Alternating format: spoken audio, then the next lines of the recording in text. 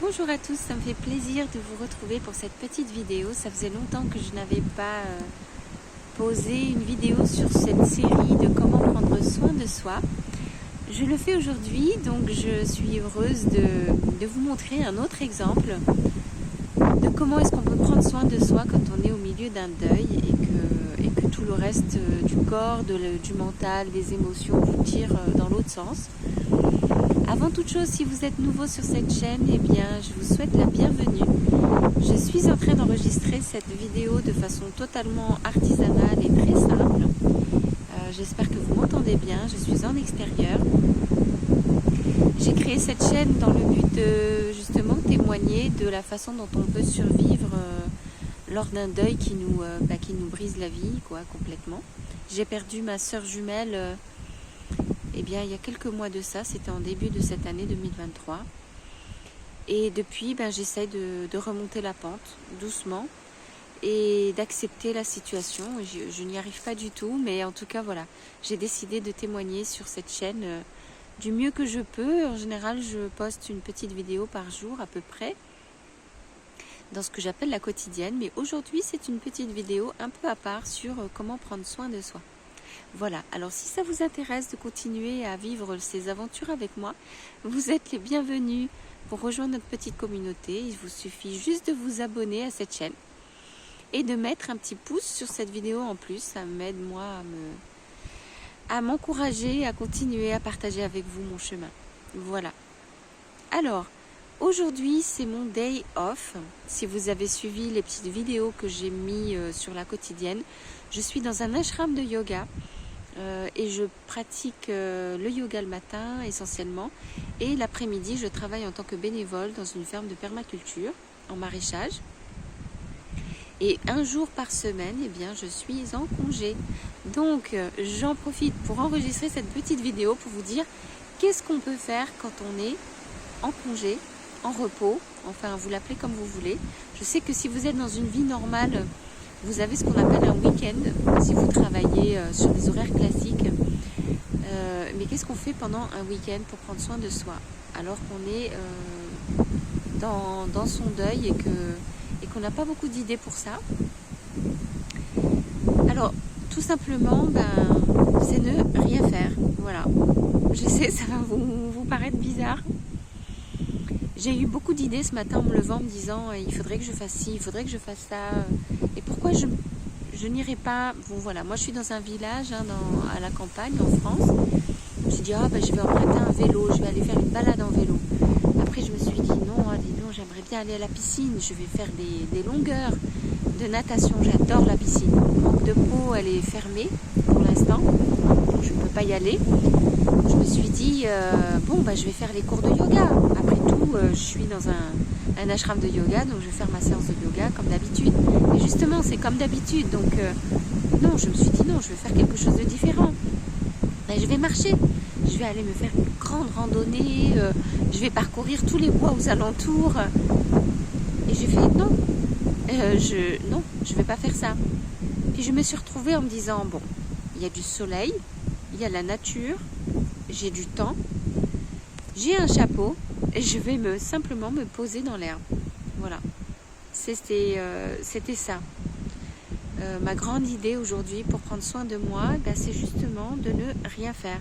Je me suis allongée en plein soleil, il y a du vent, ce qui fait que je n'ai pas chaud. Alors bien sûr, je suis un peu sujette au rhume des foins, je suis allergique au pollen.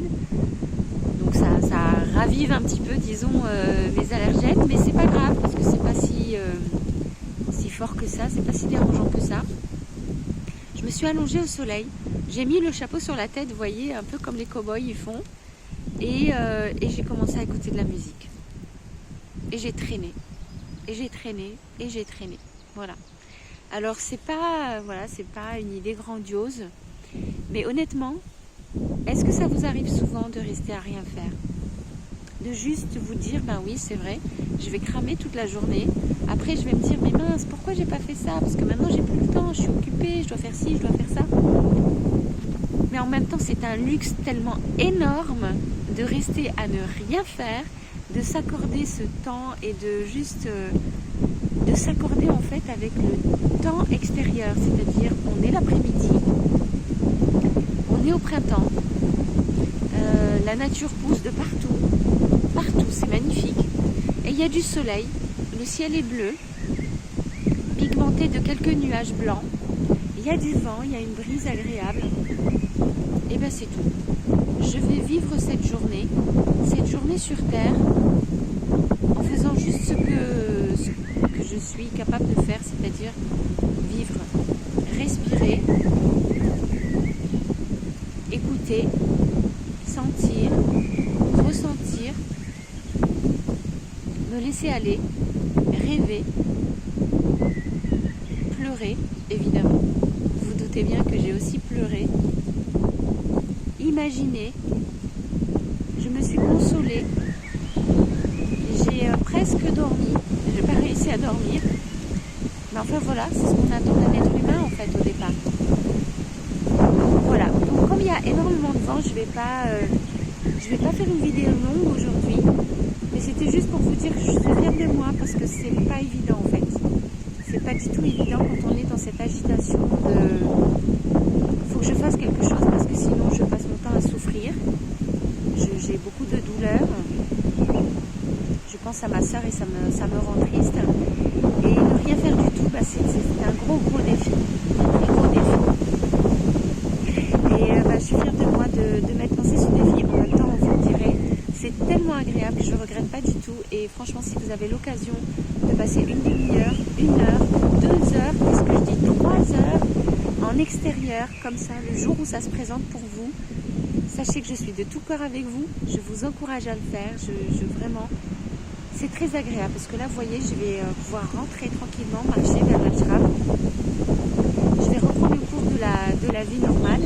Mais je sais que pendant un instant, cette semaine, je me serai arrêtée. Voilà, je me serai arrêtée et je me serai mise sur le rythme de la Terre. Pour moi, c'est le poumon de la Terre qui respire. Et là, je m'harmonise sur la même fréquence respiratoire, sur le même... je ne sais pas comment vous expliquer, voilà, sur le même tempo. Et je pense que c'est ça, en fait, qui me guérit, qui me fait du bien. Ce retour à la nature, bien sûr, mais c'est surtout le fait de ne pas rentrer dans mes activités humaines, mondaines, d'une façon...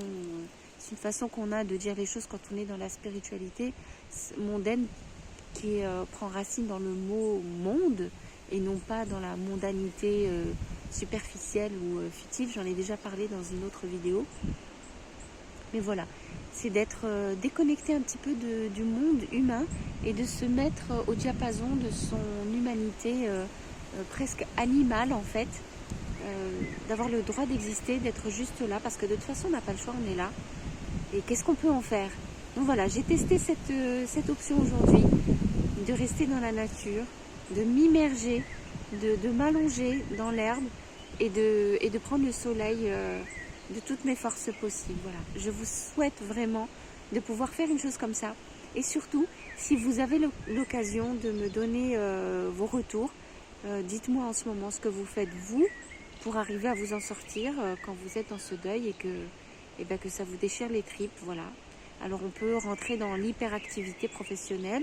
L'hyperactivité, moi c'est pas professionnel dans le sens où j'ai pas un salaire, mais c'est la même chose, c'est une hyperactivité typo professionnelle, comme on dit.